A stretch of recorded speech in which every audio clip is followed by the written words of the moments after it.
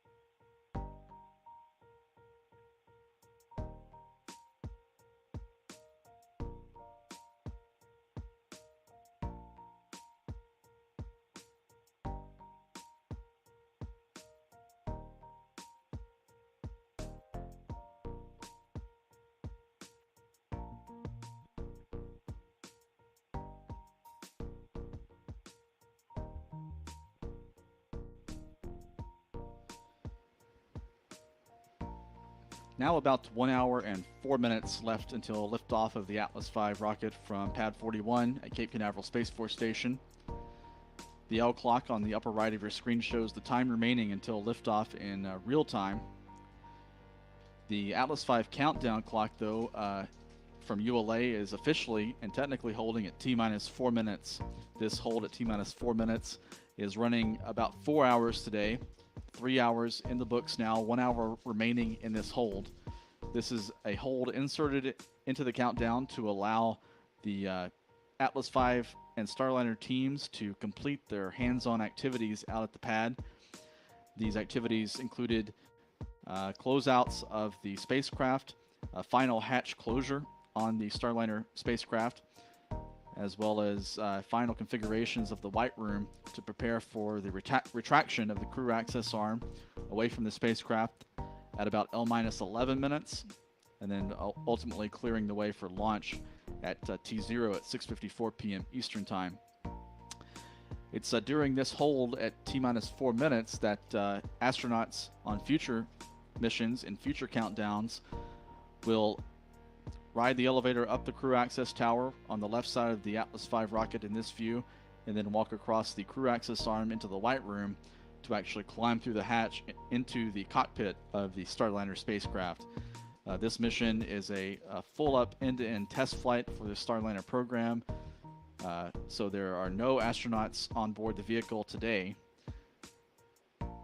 But the countdown timeline was laid out by ULA and Boeing to exactly replicate the timeline that they'll be following on the upcoming Starliner crew flight test, which will be the first Starliner mission to carry astronauts, as well as future operational crew rotation flights to the International Space Station. Once again, this mission, known as OFT-2, is a redo of a problem-plagued orbital flight test, OFT-1, back in December 2019 that ended prematurely. Go ahead, Flick. Yeah, so we've had a successful leak check operation. The team's clearing the white room out. We have the annulus purge left, and we're going to target that at about L-50. Roger, thank you.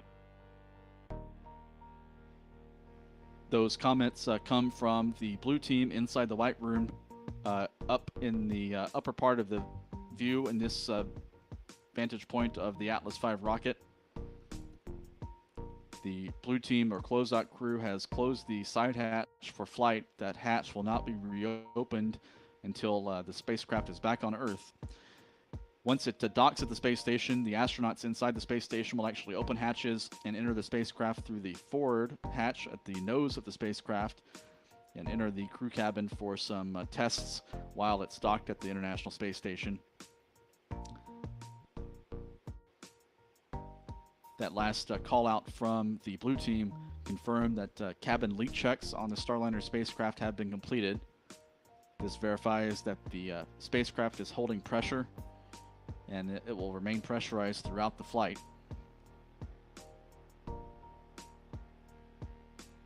Some of the final tasks for the blue team at the pad include breaking down some of the environmental seals around the port of the white room that connects up to the hatch on the Starliner spacecraft. And they'll configure that pathway or entryway before they evacuate the pad. They'll be leaving the pad at about 35 minutes before launch, roughly 6:19 p.m. Eastern Time per the nominal timeline. And they'll be moving to a fallback position. L minus 1 hour. A fallback position a mile or two away from the pad at roadblocks. And once the blue team is off the pad will remain evacuated and clear of all personnel through liftoff. LC FTS. Go ahead. Step 280, FTS open loop test is complete. Roger. Now less than 1 hour until today's instantaneous launch opportunity.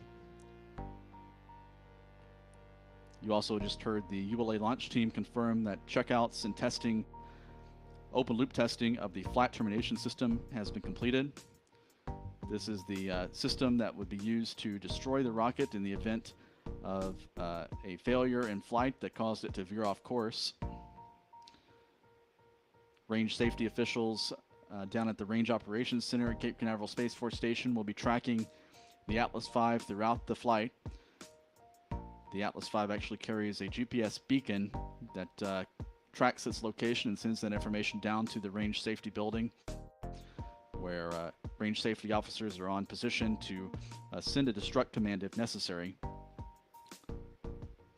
But the Atlas V has a flawless success record to date, 92 successful flights in 92 attempts since the rocket's debut in 2002.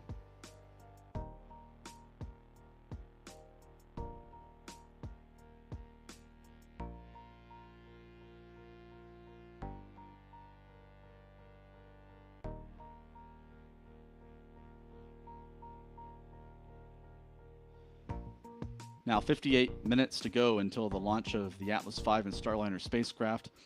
This graphic from United Launch Alliance shows the major elements of the Atlas V rocket in this particular configuration. This configuration of the Atlas V is known as the N22. The N in this designation represents the fact that there's no payload fairing on this mission. The Starliner spacecraft is not flying inside a payload shroud.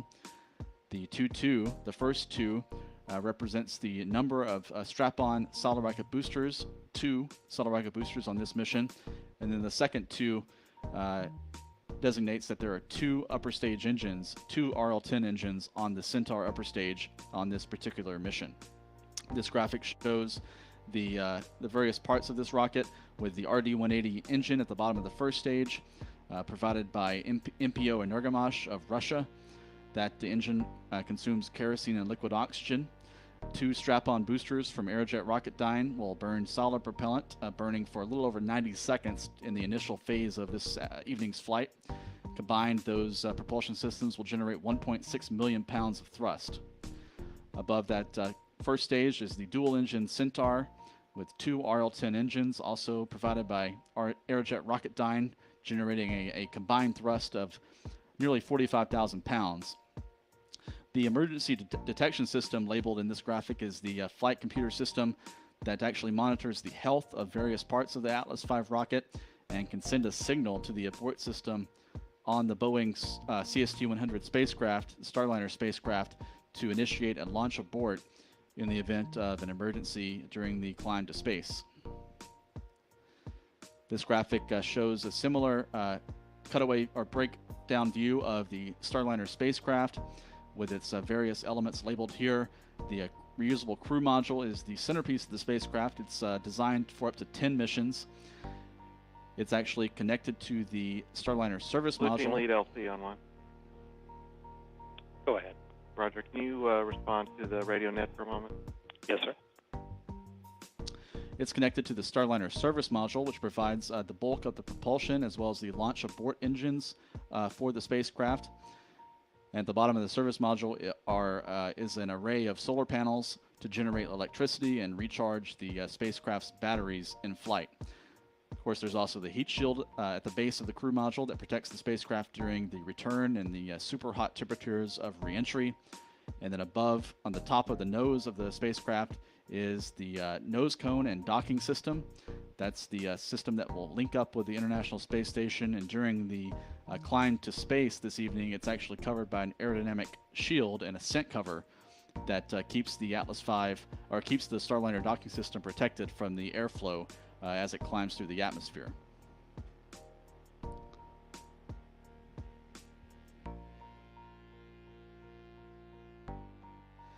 Here's a file photo of a service module being prepared for flight on a Starliner mission. This view shows a great angle of the solar panels at the bottom of the spacecraft. These solar cells will receive solar energy and generate power to recharge the batteries throughout the flight. You can also see the 4 launch abort engines configured around the circumference of the spacecraft. These powerful engines would be ignited to push the Starliner spacecraft off of the Atlas V rocket in the event of a failure in flight. The only time these particular launch abort engines would fire during a mission is during an escape or abort maneuver during launch. And this is the first Starliner mission, was only the second overall, but on the previous Starliner flight, the abort system was not enabled. On this mission, the abort system is enabled, so if there's any failure or problem or major issue during the climb to space, the abort system is configured to initiate an escape maneuver to push the spacecraft off of the Atlas V rocket. In the event of such an occurrence, the spacecraft would then deploy parachutes and splash down in the Atlantic Ocean.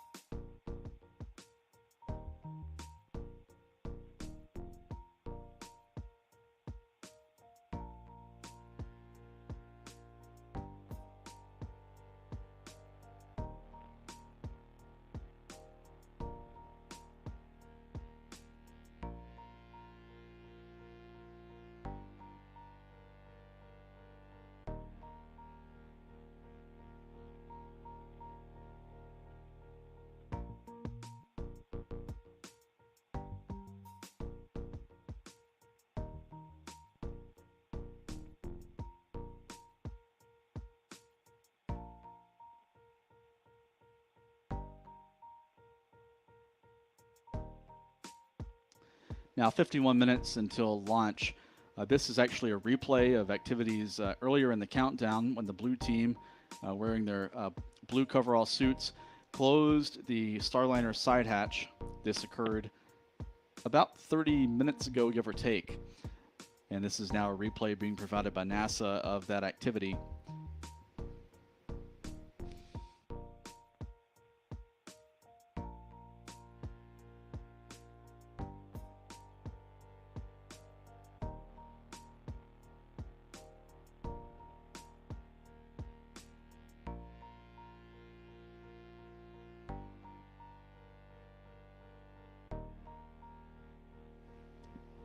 Here's an interesting vantage point from a drone flying over Cape Canaveral Space Force Station now, showing a wide-angle view. LC Slick. Go ahead. CST-100 pad operations complete, ready to configure white room for launch. Roger. Blue team lead, LT. Go ahead. Perform toxic vapor and O2 checks when raising environmental seal and configure white room for launch. Roger. L minus 50 minutes. This drone shot shows the Atlas V out on pad 41, the Atlantic Ocean nearby in the background. On the right is that vertical integration facility or rocket hangar where the Atlas V was stacked and assembled with the Starliner spacecraft over the past few weeks. Now, less than 50 minutes to go until liftoff. The most recent call out we heard from the Countdown Net was a call out from the blue team in the white room saying that pad operations are complete. So they're done with their work. They'll be securing the white room and crew access arm over the next couple of minutes before clearing the pad to move to a fallback position. This is the team that would help the astronauts strap into the spacecraft on future flights, future Starliner missions carrying a crew.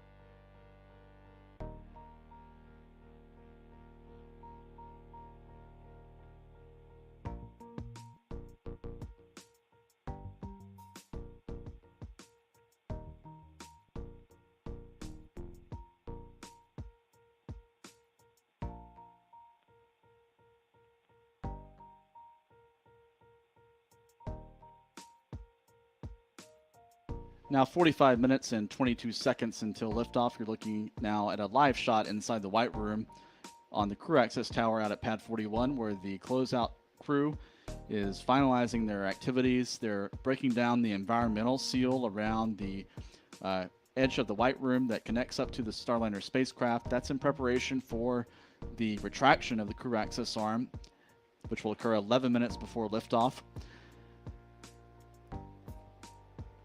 In the next few minutes, the blue team or closeout crew will finish all of their hands-on work and then evacuate the pad. In this shot from the vehicle assembly building, you can actually see, well, you could see the vehicles that the blue team arrived at the pad in and will depart the pad in. This is now a drone shot of the lagoon at Cape Canaveral Space Force Station with the Atlas V awaiting liftoff in the background.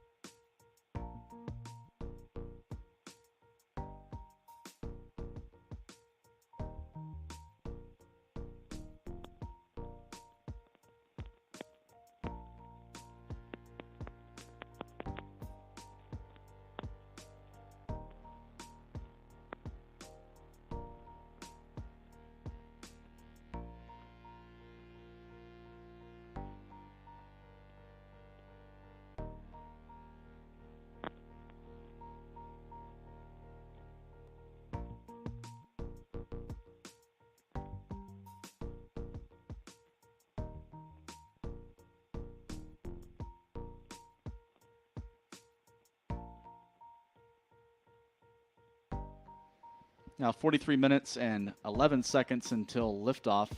As we've mentioned before, this is an unpiloted or uncrewed test flight of the Starliner spacecraft. No astronauts are on board this mission. However, there is a test dummy in the commander's seat inside the crew cabin of the Starliner spacecraft. This test dummy is named Rosie, after Rosie the Riveter of World War II fame. The bandana-clad dummy is sitting inside the crew cabin in the commander's seat wearing a Boeing spacesuit with the helmet visor closed. The mannequin is instrumented to gather data on the acceleration and environments inside the Starliner spacecraft throughout the flight, throughout the launch sequence, throughout the zero-G phase of flight, the rendezvous with the space station, as well as the critical events of deorbit, reentry, and landing. In the past couple of days, astronauts who are assigned to the Starliner program got into the Starliner spacecraft and performed some of their own verifications inside the crew cabin, inside the cockpit. These astronauts who are assigned to the Starliner program are Mike Fink and Sonny Williams. Also, Butch Wilmore, a veteran NASA astronaut, is also part of the cadre of NASA astronauts supporting the Starliner program. In this view, as I was just saying, showing Sonny Williams and Mike Fink inside the crew cabin alongside Rosie, the Rocketeer, in the commander's seat, performing some switch verifications and voice communication checks through the NASA Tracking and Data Relay Satellite Network.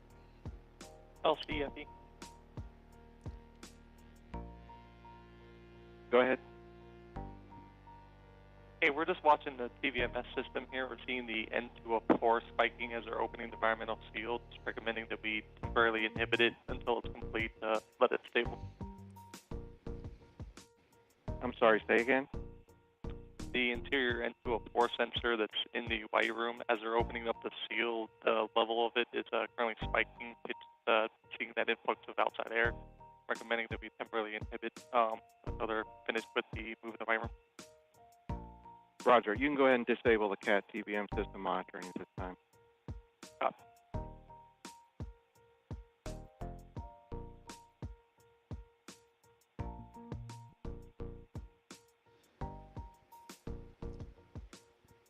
Once again, here are NASA astronauts Sonny Williams and Mike Fink inside the Starliner spacecraft as it's set on the top of the Atlas V rocket. They were able to climb into the spacecraft at the pad yesterday to do some final inspections and closeout work and voice checks through the NASA satellite tracking data tracking and data relay satellite network. The crew members, Mike Fink, Sonny Williams, and Butch Wilmore, are following various parts of the mission. They're here at Cape Canaveral for the launch. They'll be traveling to the Mission Control Center. Arm control, I'm ready for the checklist. You're on one.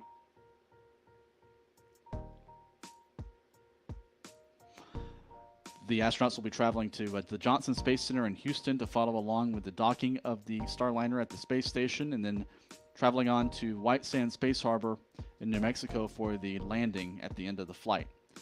We had a chance to talk with NASA astronaut Mike Fink, who is one of the Starliner astronauts. He's a veteran of two previous flights on Russian Soyuz spacecrafts, as well as a launch and landing on a space shuttle mission. Once he flies on the Starliner spacecraft in the future, that'll be his 4th trip to space.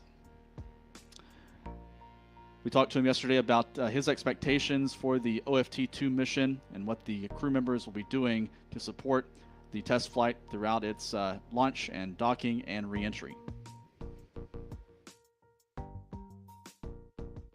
All right, with Mike Fink, a member of the Starliner crew flight test crew, can you talk about your excitement level, what you're looking forward to with this OFT-2 mission?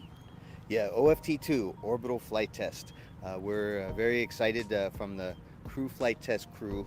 I know that's a little redundant, but we're excited to see our spacecraft go into orbit and dock to the International Space Station and come back pretty much all automatically. Of course, we have a great team at Mission Control Center that's going to help along the way, but this will really prove out all the systems and the capabilities of Starliner so we can feel safe as NASA to put people on board, and then we as the flight testers can test the spacecraft, get it certified, and then have regularly scheduled flights to the International Space Station on Boeing Starliner. And the 2-person crew, the 2 astronauts currently assigned, you and Butch Wilmore, what are your roles on this mission? Are you following along every step of the way? Yeah, so we have pretty much a watcher role as the next crew.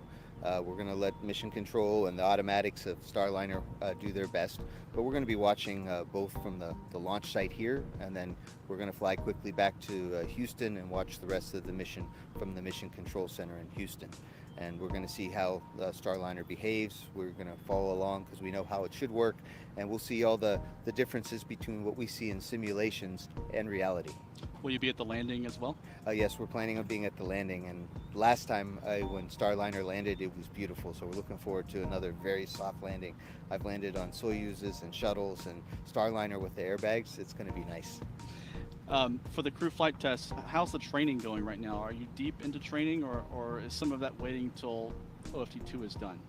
Yes, so up until about a month ago, the CFT, the crew flight test crew, we were all working together with our training team to get as far along in our training as possible. Of course, there's still things being developed. We're still in a developmental and test phase of the program, so there's only a certain amount of training we can do. So we're also helping with the Boeing software testing and other hardware testing like suits and seats so that we can be ready for CFT as soon as we can after OFT lands. So for CFT, can you talk about some of the test objectives you're planning for that mission, and will you and Butch be doing any manual flying of the spacecraft? Just some of the checkouts you have planned. Yeah, so we expect the Starliner to be fully automatic. We could sit in our seats, someone hits the launch button, and we sip on our little lattes all the way to the space station. That would be great. However, in real life, things are sometimes different. So the Starliner has great capability for us to take over manually anytime something isn't quite working with the automatics, or if we change our mind, sometimes it's faster just to take over manually, reprogram what we need to do, and then get back onto the automated program. So we're going to test that on the crew flight test, and that includes a lot of manual flying to see if it flies just like the simulator does. If it doesn't, then we can upgrade the simulator, so that for future crews, I mean, we're a flight test crew, but for future crews, they won't have the same level of experience or training that we do, because we've been watching this baby for many years, that they can just jump in, can get trained in a year and then go fly to the space station without a lot of worries. And in order for us to certify that, we need to definitely check things out on the crew flight test. We have many flight test objectives along those lines. So it won't be a regular kind of normal mission, but it'll be a flight test mission. And lastly, you got to go inside the spacecraft in the vertical integration facility for some checkouts. Can you talk a little bit about what you did and what's the look like? What's the environment like inside with Rosie the Riveter? Yes. So Starliner is a beautiful spacecraft on the inside and on the out. And sometimes when we're in our mock-ups and simulators in Houston, they're used a lot. So it's really nice to get inside a brand new spacecraft. Has a new spacecraft smell, new spacecraft look. Everything's pristine, clean. It's like, and of course we're in our clean room suits, our bunny suits, and we don't want to make any messes aboard Starliner. So Starliner's looking great. We tested out the comm system, so we talked through the radio system all the way up to the geosynchronous satellites called TDRS and back to mission control. So we have a good comm path. We checked it out, and we'll check it out again tonight. The crew, we're going to step inside and say hi to Rosie, give her good luck high fives, and then check the comm system again, make sure the switches and buttons are all in the right place. And then tomorrow they're going to close the hatch and go launch. Thank you, Mike. That was veteran NASA astronaut Mike Fink talking with Spaceflight Now, talking with me yesterday about his role on this Orbital Flight Test 2 mission, as well as looking ahead to his future plans to fly on a Starliner spacecraft up to the International Space Station. Mike Fink is one of several NASA astronauts assigned to follow the development and testing of the Starliner spacecraft. Mike Fink is a veteran astronaut with 3 previous trips up to the International Space Station in his career, 2 on Russian Soyuz spacecraft and 1 on a NASA space shuttle. He actually flew most recently in 2011 on the final flight of the Space Shuttle Endeavour.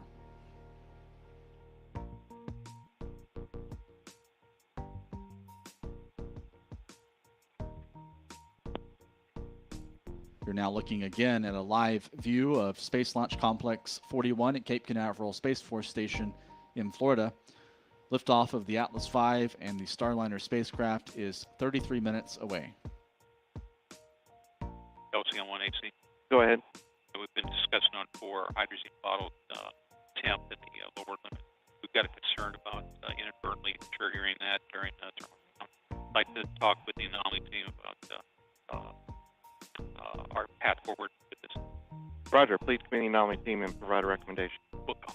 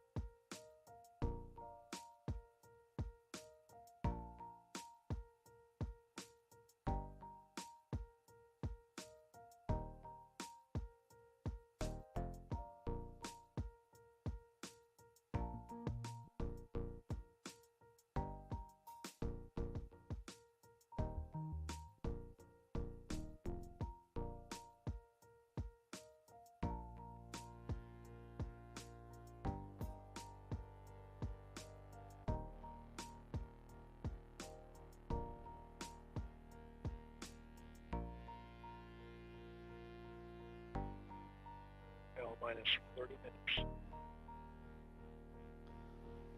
Now a half RC, hour. conduct weather briefing on Channel 8 Weather Conference Net. Roger. Now a half hour left in the Atlas V countdown. Liftoff remains LC, scheduled. OSM. Go ahead. Yes, sir. Blue team is cleared BDA at this time. Roger, thank you. Flight LC, Channel 1. LC flight. Proceed with SM prop system activation. Roger. Arm control LC. Arm control. Start arm hydraulic final prep. Roger. These are a series of call-outs from the Launch Control Center. The blue team are Box 1 closeout. LC. Box 1 go.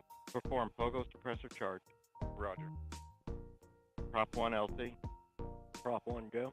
Perform RD180 transducer converter calibration. Roger. PNE2 LC. Go ahead. Perform Centaur LH2 SPV cycle test. Roger. Now minus 29 minutes.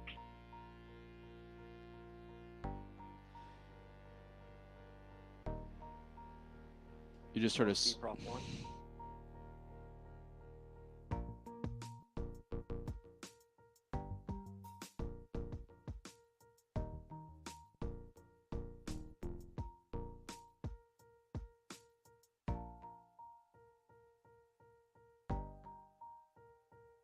Go ahead, Prop 1.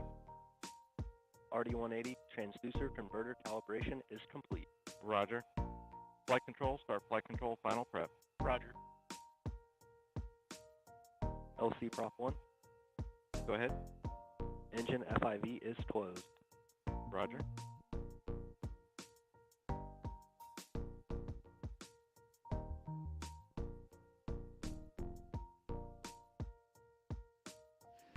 Now 28 minutes until liftoff. You've just heard a series of call-outs from the Atlas V launch team. The closeout crew, or blue team, that was working at the pad earlier in the evening and the afternoon hours, has evacuated to their fallback position outside of the so-called blast danger area. So they're now at a safe fallback position to observe the launch.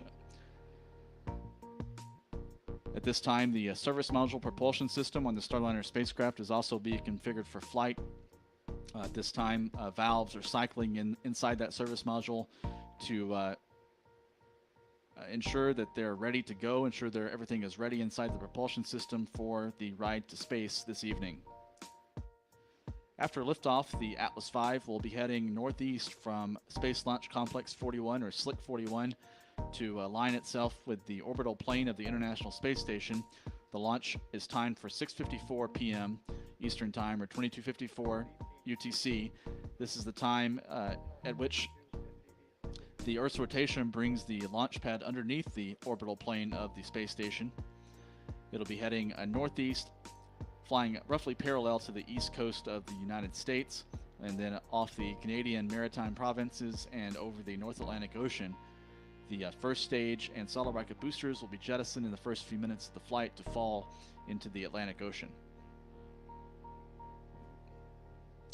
This timeline from United Launch Alliance shows the major events expected during this evening's flight.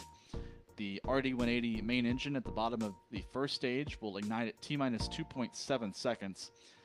The dual nozzle RD-180 engine will throttle up to full power. It'll run through an automated health check. And then the Atlas V will send the command to ignite its two strap-on solid rocket boosters to initiate the vertical climb away from Pad 41. At about 6 seconds after liftoff, it'll begin steering and vectoring its thrust to head northeast from Cape Canaveral. It'll be passing max Q, or the period of maximum aerodynamic pressure, at about 42 seconds. And then about 1 minute and 5 seconds, it'll surpass the speed of sound. Around 90 seconds after launch, the twin solid rocket boosters will have consumed their propellant and burn out. They'll be jettisoned at T+2 minutes and 22 seconds.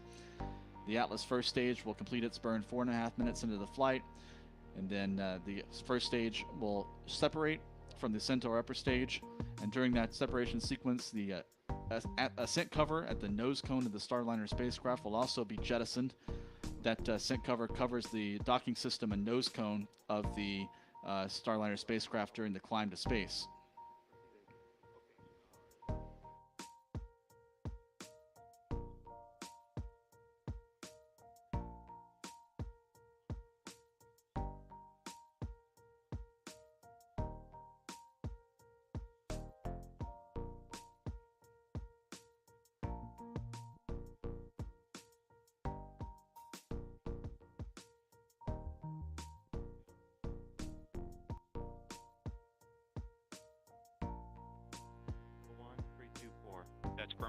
Roger. RLM LC, or LC concurs. LD? LD concurs. Roger. RLM LC? RLM, go ahead. Roger. Please disable line items 601 and 324. Roger, we'll go. And Centaur lead LC?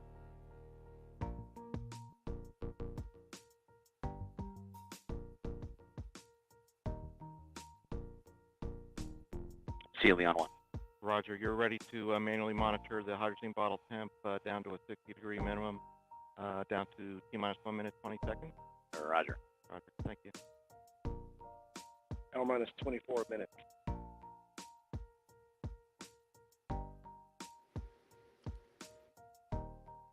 LC display control. Go ahead. Step 70, L-3, primary steering file adjust underscore AV 082.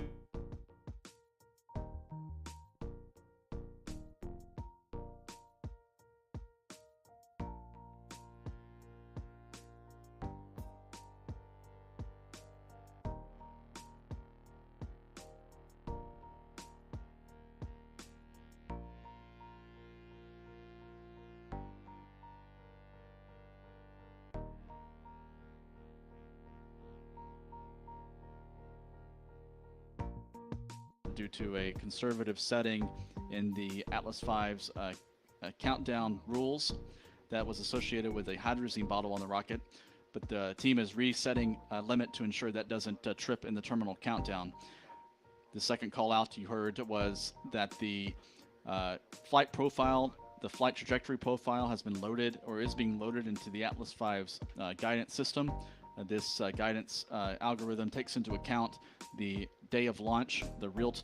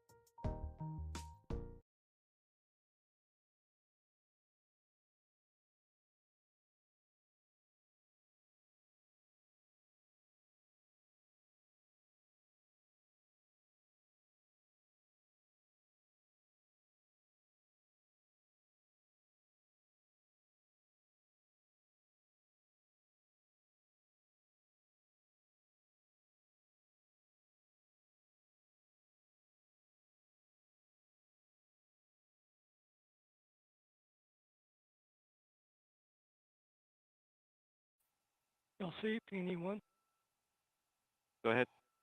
AHP charging reestablished and at flight maps. Roger.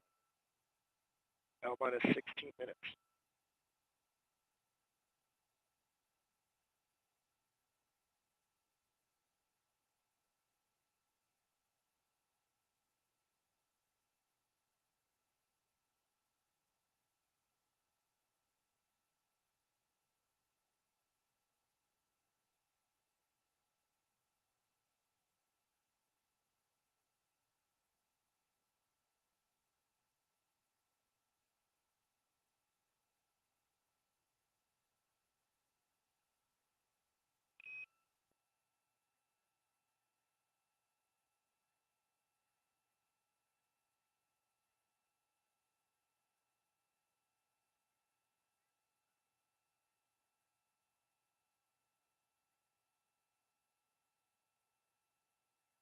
L minus 15 minutes.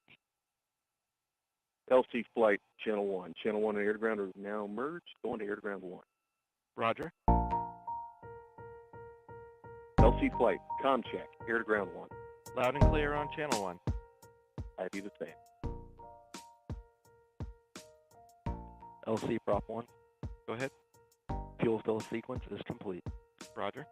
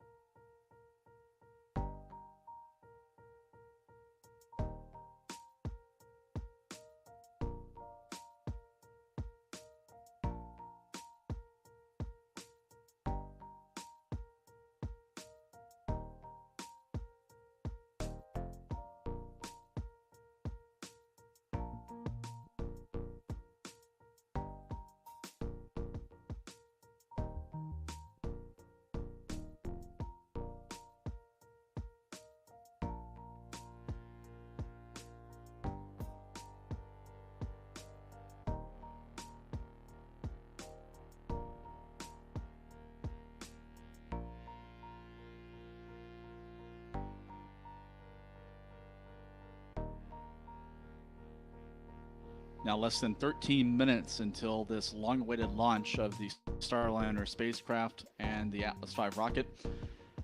Again, this is an all-up, end-to-end, unpiloted flight test of the Starliner spacecraft, gathering data and demonstrating technology and key systems before astronauts are approved to fly the spacecraft in the future. We expect to see the crew access arm begin retracting away from the Starliner spacecraft in the next couple of minutes. We'll see that arm swing away from the hatch on the side of the Starliner and move back to its launch position. Again, that crew access arm retraction is expected in less than a couple of minutes' time.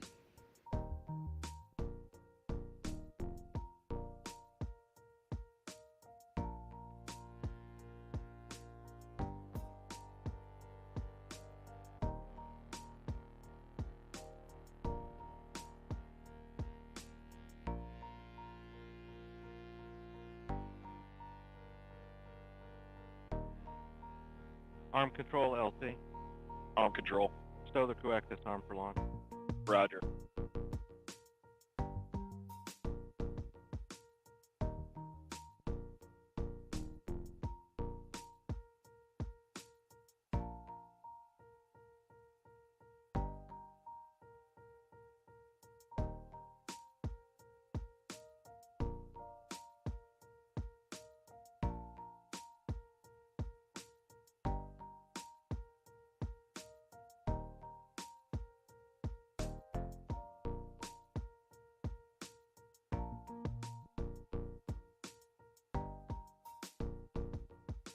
L minus 11 minutes.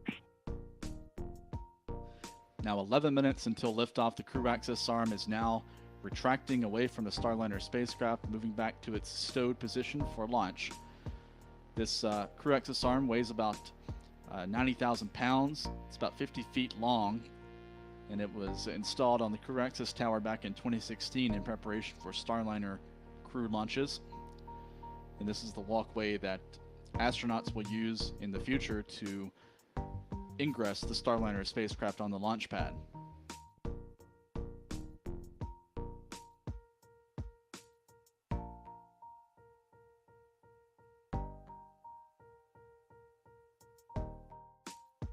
Everything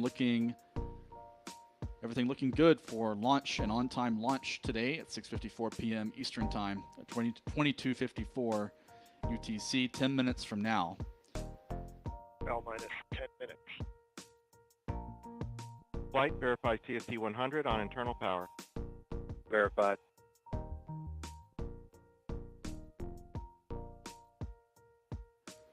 We just heard a call out from the Boeing Starliner engineer that the CST 100 Starliner spacecraft is configured for launch and on internal power. It'll be operating on its own power supply for the rest of the countdown and throughout the climb to space. Once in orbit, the service module's solar panels will generate electricity to recharge those batteries.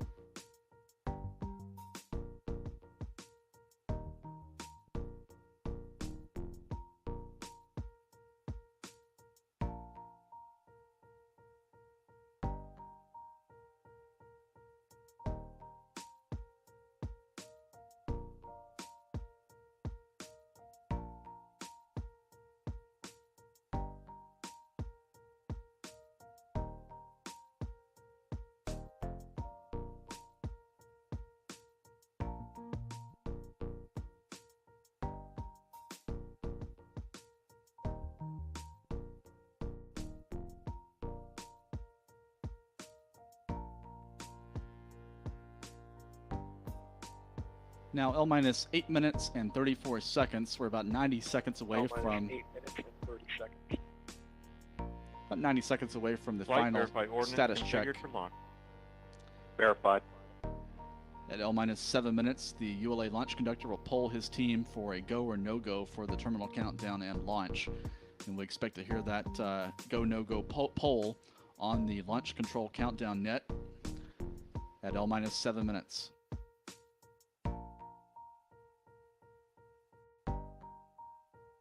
L minus 8 minutes.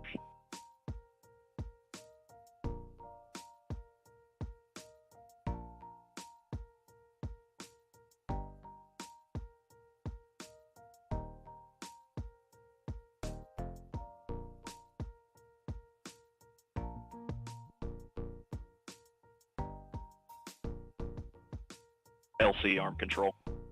Go ahead. First step 260, crew access arm stowed for launch. Roger. LC switch to ready position. All steps are complete prior to the status check.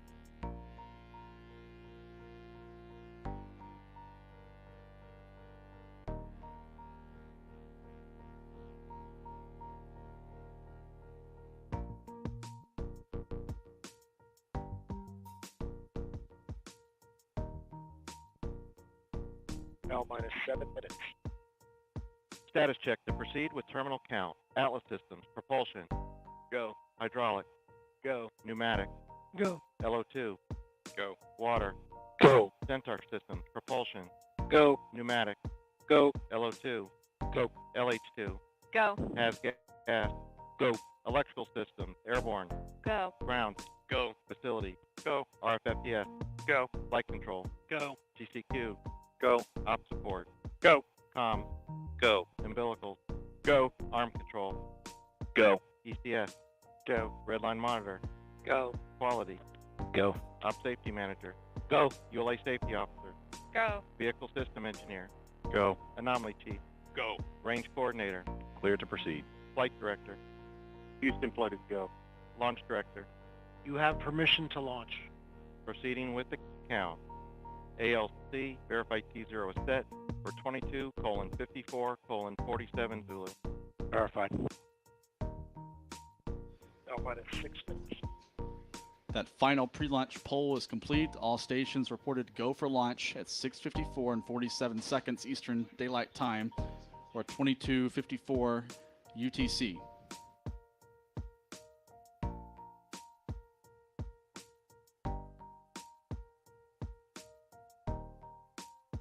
L minus 5 minutes and 30 seconds.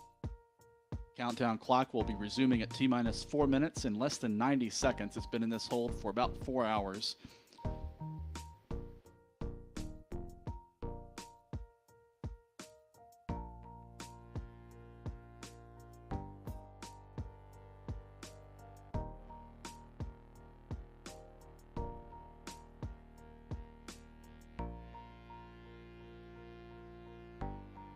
L minus 5 minutes. LC flight. Starliner configured for terminal count. Roger.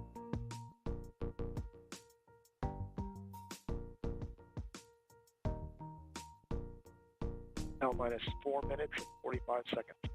All steps are complete prior to terminal count. When the countdown clock resumes at T-minus 4 minutes, we'll hear a series of call-outs from launch control of various steps to pressurize the Atlas V propellant tanks, switch to internal power on the Atlas V rocket, and then a final status check inside 30 seconds left for liftoff for a go or no-go for launch at 6:54 p.m. Eastern.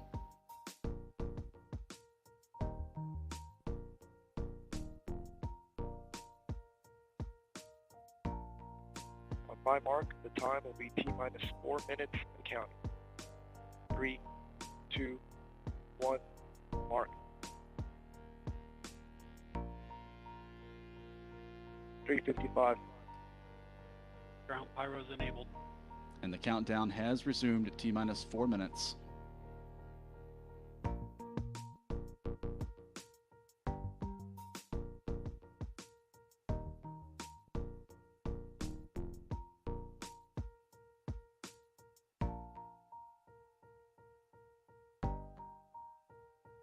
.330. Atlas hydraulics at flight pressure.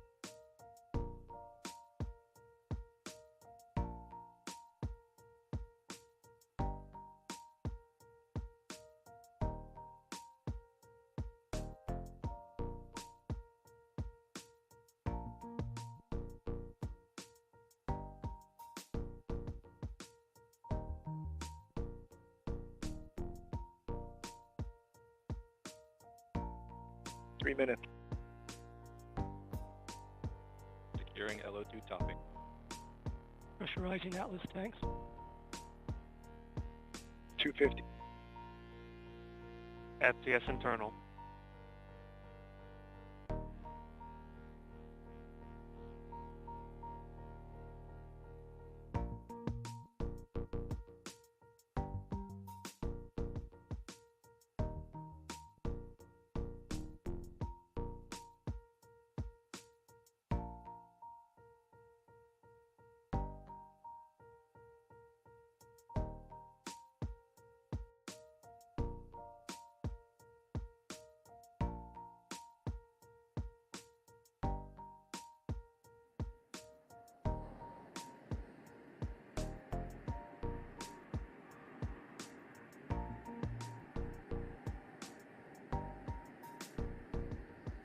.159.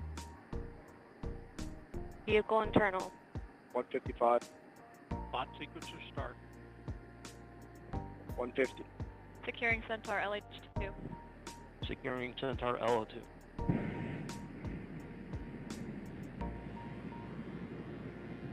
140. Launch enabled. 137. FTS arm. Now 90 seconds to go. The flight termination system has been armed for flight. Propellant tank pressurization underway.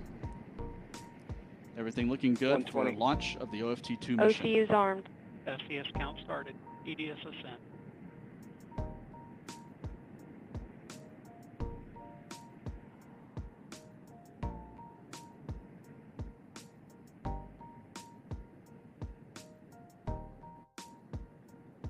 1 minute. Rock, report range status. Range green. 54. PLP started.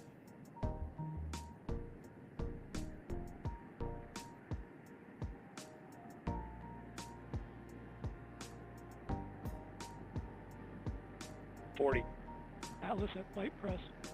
T-minus 40 seconds. Atlas propellant tanks at flight pressure. Standing by for the final pre-launch status check. 30. Centaur at flight press. 25. Status check. Go Atlas. Go Centaur. Go Starliner.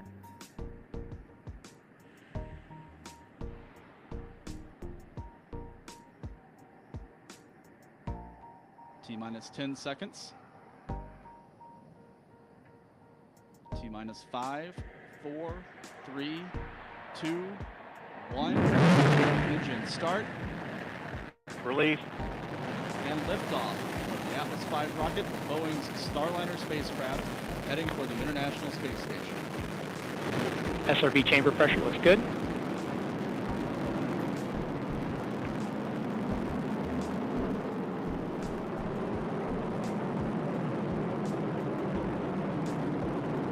PU has gone to closed loop control.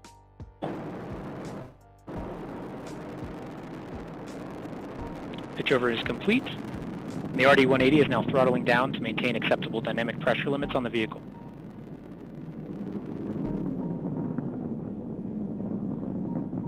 All systems continue to look good.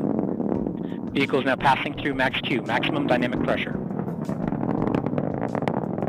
T plus 50 seconds. Atlas is now 4 miles in altitude, 1 mile downrange distance.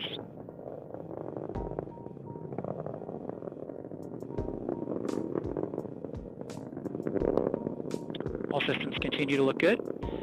Mach 1, Atlas is now supersonic. The RD-180 is now beginning to throttle up. Engine response looks good.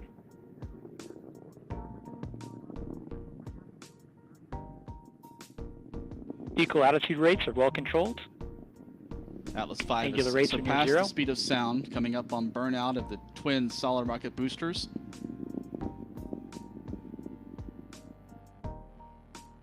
We've had SRB burnout, and the RD-180 has throttled back up to full thrust.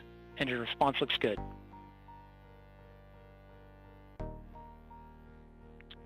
Atlas is now 16 miles in altitude, 10.5 miles downrange distance.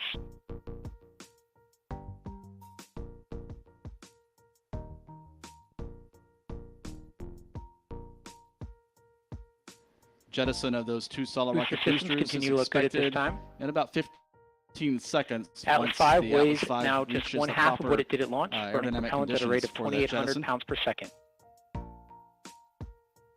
Standing by for SRB jettison. And we've had indication of good SRB jettison. Vehicle is now executing closed loop steering. We've had confirmation now of SRB jettison. We have Both approximately boosters 2 minutes remaining in the clear of Atlas first booster stage. phase of flight. RD-180 engine on the first stage continuing its burn, producing 860,000 pounds of thrust, burning The RD-180 is now throttling down slightly as expected. Engine response looks good. burning kerosene and liquid oxygen. As we heard, it's now throttling down to maintain proper G levels on the Starliner spacecraft. This is part of a change to the normal Atlas V flight profile. for Centaur astronauts. reaction control system is now pressurizing to flight levels.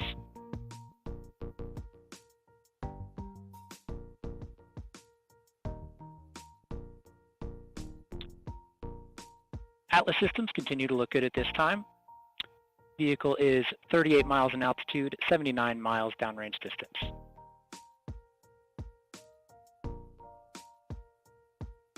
Now about a minute remaining in the first stage burn. Now at T plus 209 seconds, we have 1 minute to BECO, 1 minute to booster engine cutoff. The RD-180 is now throttling to maintain a constant 3.5 G acceleration limit.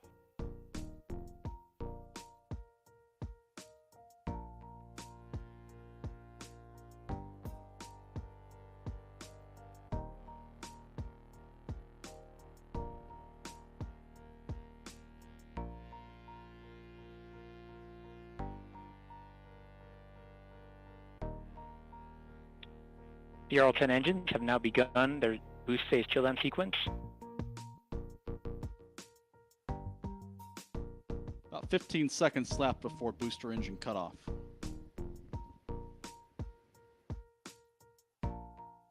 Last few seconds of booster flight.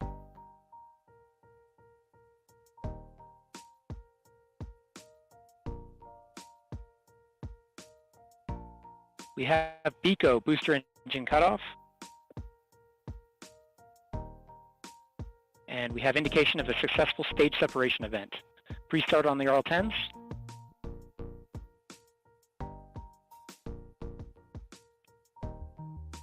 And we have ignition.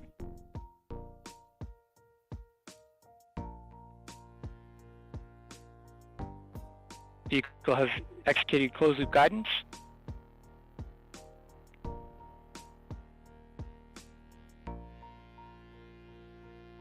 And we have indication of aeroskirt jettison. This first and only burn of the Centaur upper stage engines will last just over 7 minutes and will place the Centaur and Starliner in a suborbital trajectory.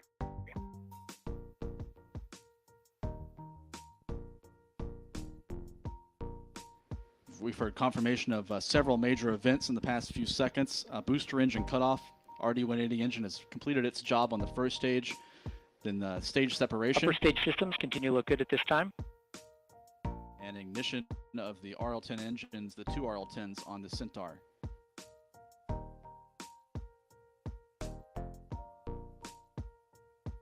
We also The engine propellant utilization system has gone to closed loop control. We also heard confirmation Engine of response remains nominal. aeroskirt jettison. That's the structure under the, just below the Starliner service module to provide aerodynamic stability. We received word that booster performance was above nominal. Looks like we had a very good booster flight. That call out indicates that the first stage's RD-180 engine performed a little better than expected this evening. This time we're seeing the propellant utilization system on the upper stage, driving the mass error in the propellant tanks to near zero. PU system operation looks good.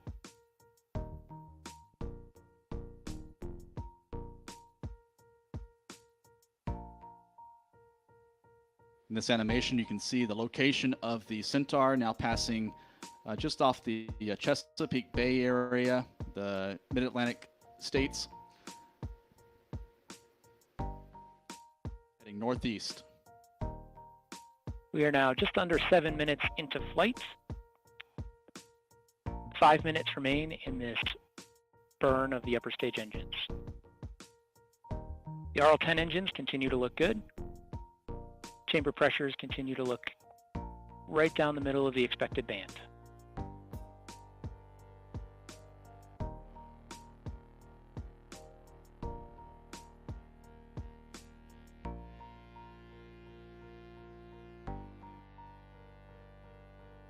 We're seeing minimal activity on the RCS system as expected. The RCS firings are driving loop temperatures to near bottle temperatures as expected.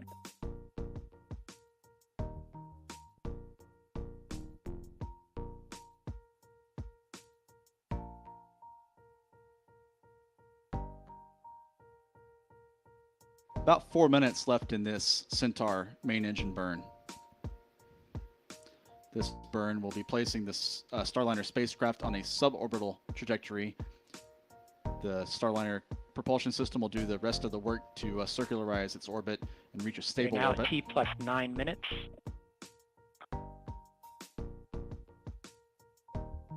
Correction, T plus 8 minutes.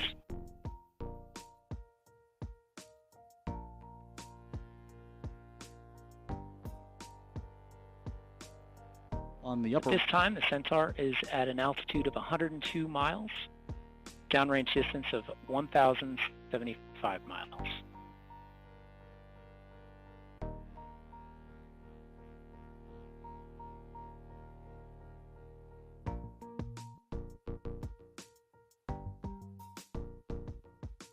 Centaur now passing east of Cape Cod and Long Island. 3 minutes left in this burn by the two RL-10 engines. Powered autopilot is performing well. Vehicle attitude rates are near zero.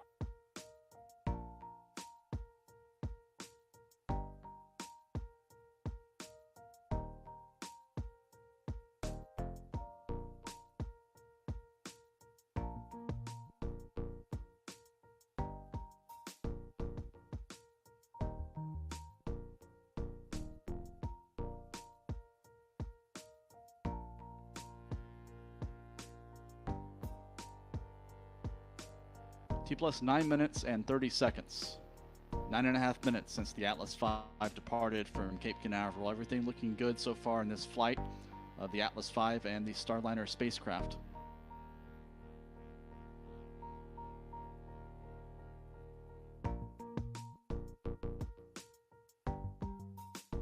We are now just under 10 minutes into flight. We have 2 minutes remaining until MECO 1. Both RL-10 engines continue to perform as expected. These RL-10 engines are burning Upper stage systems are stable. Liquid hydrogen and liquid oxygen. The two engines together produce about 45,000 pounds of thrust. Most Atlas V missions only utilize one RL-10 upper stage engine. For Starliner crew missions, there are two.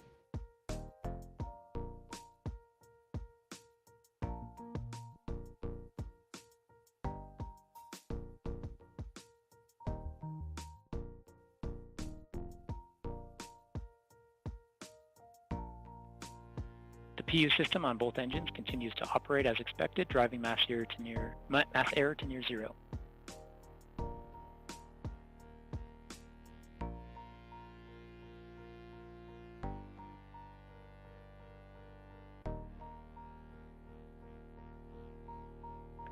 One minute until MECO 1. The Centaur stage now flying east of the Canadian Maritime Provinces, east of Newfoundland. It'll be heading over the North Atlantic Ocean, crossing toward the UK shortly.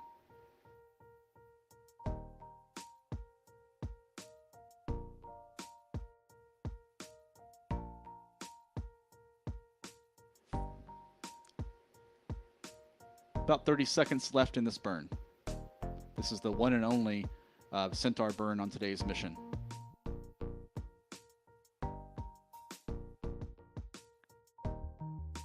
PU system has gone open loop in preparation for RL-10 cutoff.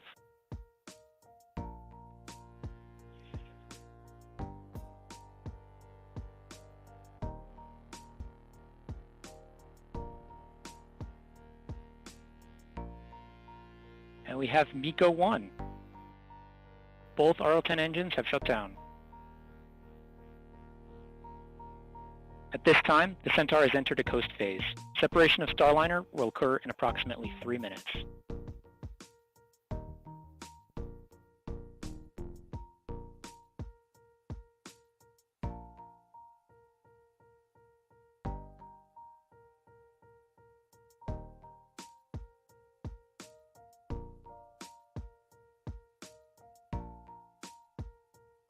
We've heard confirmation of MECO 1 as expected off the coast of Newfoundland. Vehicle is now turning to its separation attitude. Separation of the Starliner is expected at T plus 14 minutes and 54 seconds. Again, the Centaur and Starliner are on a suborbital or ballistic Upper trajectory. stage systems are operating as expected during this coast phase. The Atlas V followed a flatter than normal Just about 2 trajectory. minutes remaining until Starliner separates.